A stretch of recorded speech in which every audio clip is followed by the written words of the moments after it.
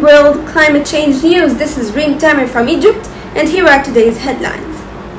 130 wildfires in Canada linked to climate change. Billions of seashore animals die in Canada heatwave. French Senate shut down climate change referendum. EU initiates plan to grow carbon sinks. Brazil fails to meet its climate pledge. Climate crisis relocation linked to economic well-being. Arctic species extremely vulnerable to climate change. 130 wildfires in Canada linked to climate change. After a record heat wave, a visible effect of climate change in the Pacific Northwest, wildfires have spread across the province of British Columbia. Lightning has sparked more than 130 wildfires that are currently burning across Canada.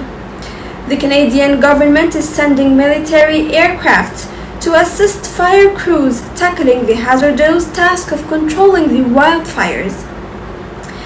The town of Lytton faced total destruction by fire, with the 250 residents forced to evacuate.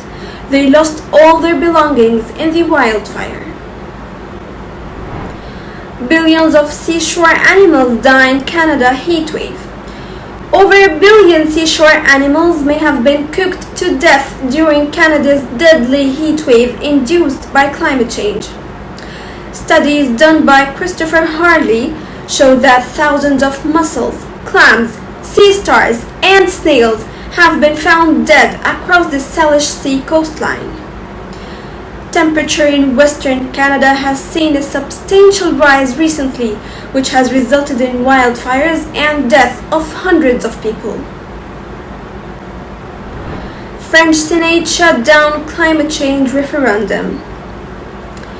French Parliament's upper house has voted against President Emmanuel Macron's push for a referendum on making climate change measures more legally binding. Both the upper and lower houses would need to agree on such bill before it could be sent for a popular vote.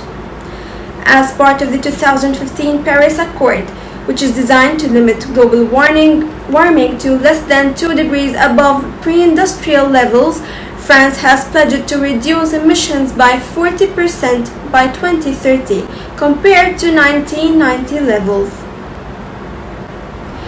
EU initiates plan to grow carbon sinks.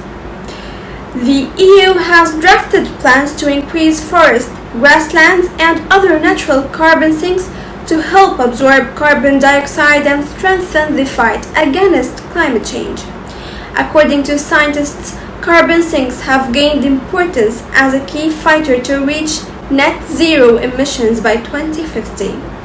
The blog said these carbon sinks altogether has removed a net of 263 million tons of carbon dioxide from the atmosphere in 2018. Brazil fails to meet its climate pledge. Brazil's government is failing to walk the talk on climate change. During the virtual leaders summit, Jair Bolsonaro pledged to strengthen environmental standards in Brazil.